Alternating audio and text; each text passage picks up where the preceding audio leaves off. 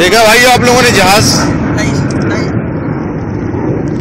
ये बड़े धीमे जहाज थे। और ये 288 का देख रहे हैं।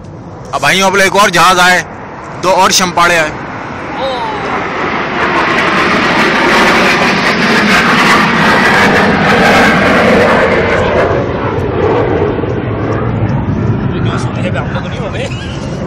और जनाब सऊदीया पे किसी ने हमले की थ्रेट दी।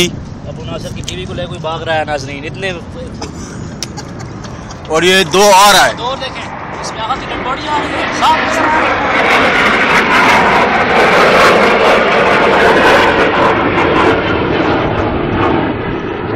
ये जो प्लेनर रहते अपन जो बैठ के आते उससे तेज रहती है।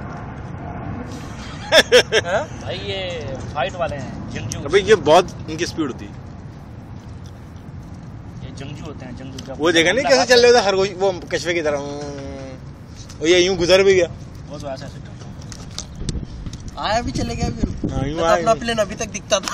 वो तो अभी यूं ही जा रहा था। वो तो जनरेटर पे चलता कैसे रहा।